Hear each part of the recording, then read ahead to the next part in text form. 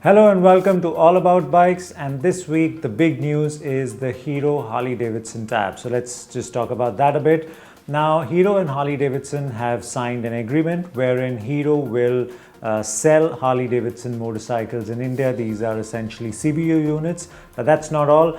Hero and Harley Davidson have also entered a tie-up where Hero will develop and then sell motorcycles, premium motorcycles under the Harley Davidson name. So now if you're a Harley Davidson prospect, if you are looking at the more expensive Harley Davidson motorcycles, I think this Hero tie-up is a great thing for you, because instead of trusting a brand or trusting a retailer that's working out of a hotel room, you now have Hero that has been in India like forever. It is world's largest motorcycle maker or two-wheeler maker. So in that sense, it's a well-entrenched brand in India. So you can't really, it's not like you're going to put down your money for a motorcycle and your money is going to disappear. So I think this, if you're a Harley Davidson prospect buyer, this news is fantastic for you. I think it's a confidence building move. And Hero also has a positive rub-off here. Now Hero, for the longest time, has been seen as a commuter motorcycle brand.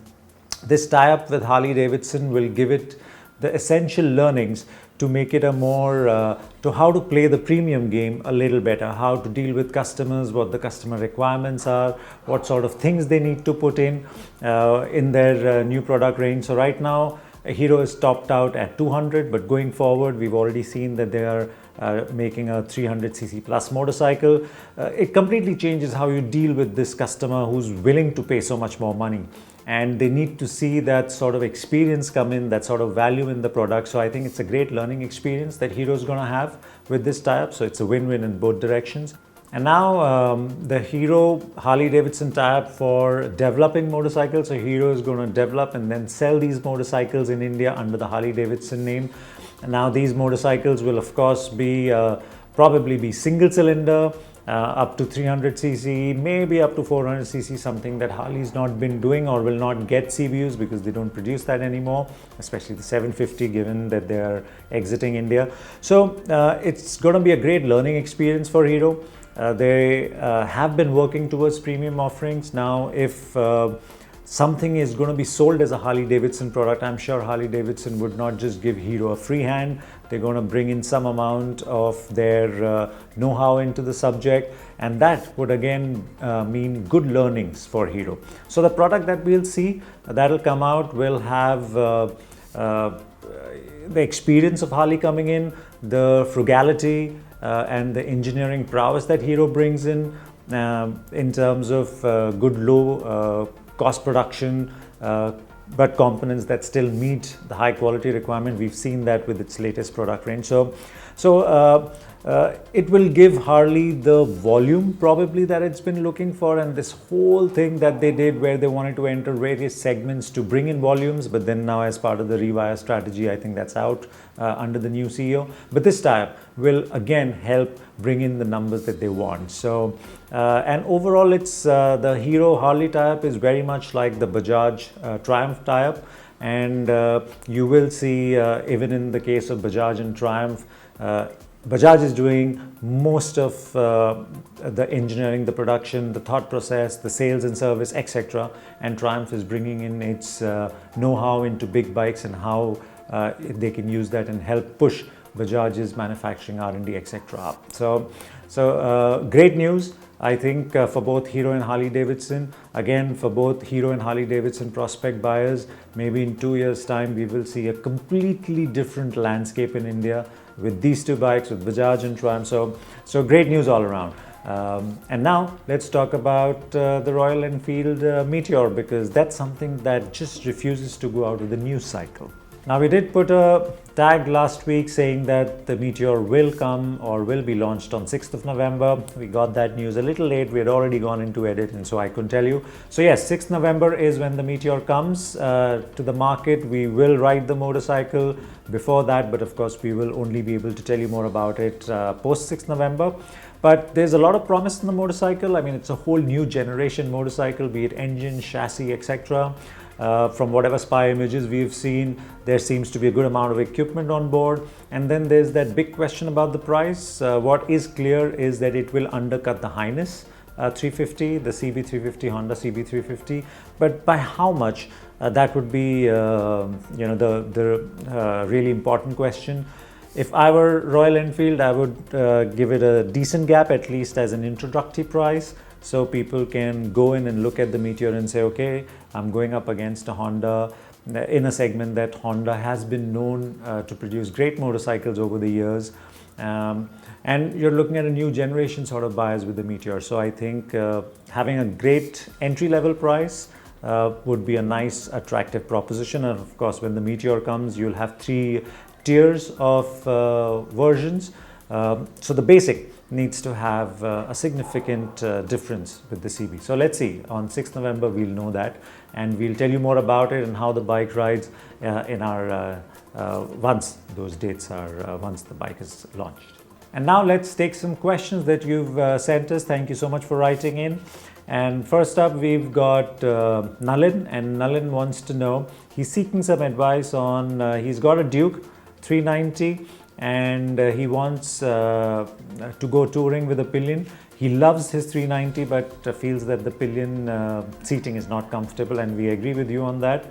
And he's asked what option should he now look at. Should he look at the Himalayan? Should he look at the 390 Adventure? Should he look at the Versys 650?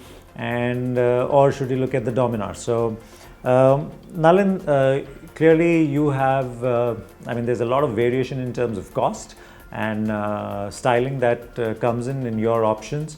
Our suggestion would be, if you can afford the Versys 650, it's a lovely motorcycle, great to tour on. We spent a lot of time riding it on the highway.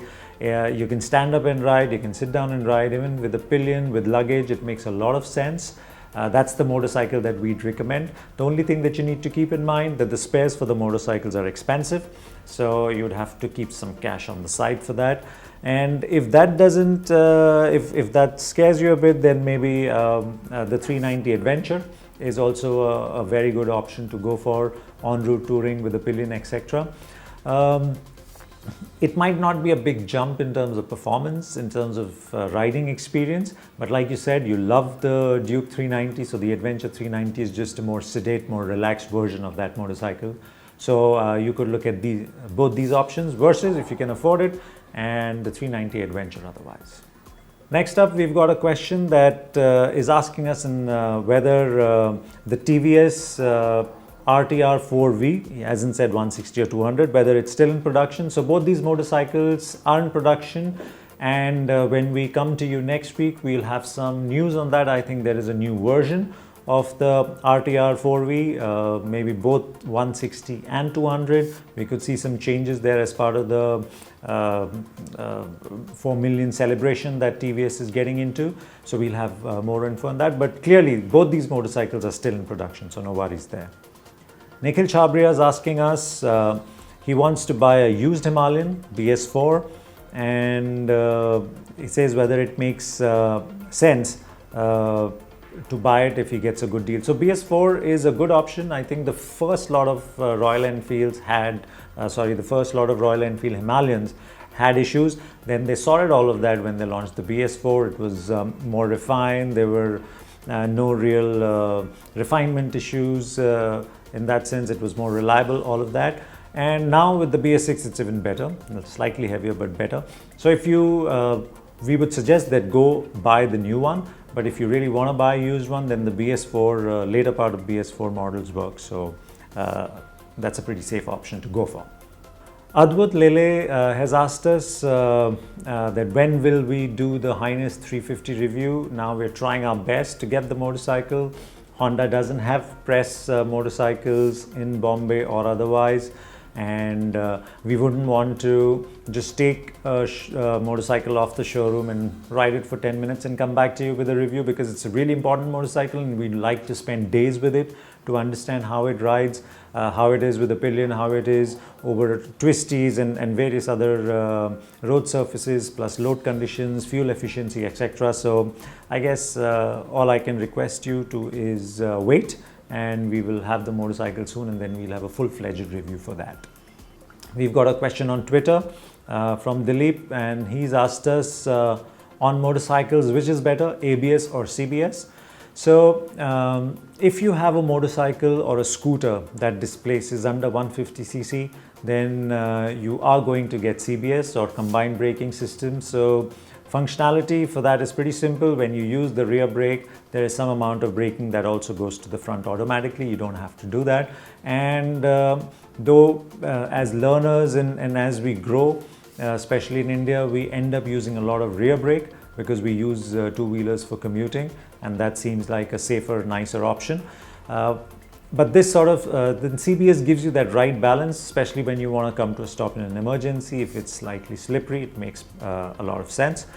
When you have motorcycles or scooters above 150cc, then there's no CBS. Then you have to go, I mean, manufacturers have to provide ABS, that is the ruling. But in the more affordable motorcycles or scooters, you get single channel ABS. That means the ABS is only functioning on the front wheel and there's nothing on the rear, so you can easily lock up the rear. And then as the motorcycles and scooters get more expensive, motorcycles mainly, you get dual channel ABS, which means it has ABS working on both front and rear wheel. Between ABS and CBS, the ABS is definitely the better option, safer option. CBS, though chances of locking are less, but you can still lock it.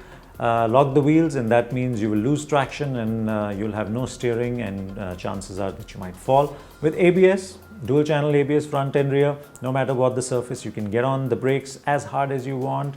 There will be no slippage, you will not lose grip, you will still be able to steer the bike or scooter. So ABS over CBS any day. And now let's take some questions from our YouTube episode that we did last week. And Ajay Kumar asks that now that the Meteor is on the cards, when will Royal Enfield launch the Classic 350 with this new engine? So we will probably not see it this year for sure. You will see the new engine coming into the Classic most likely next year. They would want the Meteor to have its day under the spotlight. So once that starts to fade off a bit, then I guess Royal Enfield will bring in the 350, the Classic 350 with the new engine. So that will happen most likely next year. We've got Aditya who's asking us, is Bajaj going to update the NS200 cosmetically or in terms of giving it a digital speedo come 2021? Chances are yes, it will, because the NS200 hasn't changed for a while and it's a segment that's getting crowded by the day. New launches, lots of attractive pricing. So to stay relevant, Bajaj will have to make that upgrade, and we should see some styling upgrade. We should see some more features coming into the NS200 next year. Yes, so that will happen. When? What part of 2021 will we see it? That's very difficult to predict because Bajaj timelines are not very accurate all the time. Pradeep has asked us, or Pradeep says that he's very confused between the NS200 and the Apache RTR 200. So which one should he go for? He's essentially looking at fuel efficiency, and he says that he'll use the motorcycle both in the city and on the highway. So we'd say the Apache 200 makes more sense than the NS 200. It is overall a more comfortable motorcycle. It also has the right amount of performance. It's also pretty agile in the city. So between the two, we'd say go with the Apache 200. Farooq has asked us that why is that Maxi scooters are not launched in India and they are pretty popular in Asian countries. So Maxi scooter, now we sort of call the Suzuki Bergman Street, it's a 125, but because of its styling we end up calling it a Maxi scooter, and that's what we will also call the Aprilia SXR 160 when it's launched. But in the truest sense, these aren't Maxi scooters. Maxi scooters, just by definition, are scooters that you'd want to use on longer hauls. And the reason that Maxi scooters don't do well in India is because for a true Maxi scooter, it needs to have more engine capacity, more power, more torque, so you can, even a larger fuel tank, better mechanicals, because you're going to use it for long distance riding or longer than you do what we use scooters for now. Scooters today are just basic commute tools. Reliable, efficient, practical, but Maxi scooters bring in that lifestyle element, the travel element into it. So if somebody were to bring in a Maxi scooter, it would probably have to be, let's say, a 200cc, a 300cc, 400cc, 600cc, and all this is going to cost money. Would we as customers pay that sort of money in India? No, because scooters or to us are still commute tools. So if somebody were to say that pay 2 or 2.5 lakhs for a scooter, maybe we won't be ready. And that's one of the main reasons why Maxi scooters haven't made a foray into India in the true sense. And we don't see that happening in a hurry either. And that's a wrap on All About Bikes for this week. Thank you for watching, and please keep writing in. More questions we get, more time we spend with you on the film, and see you next week.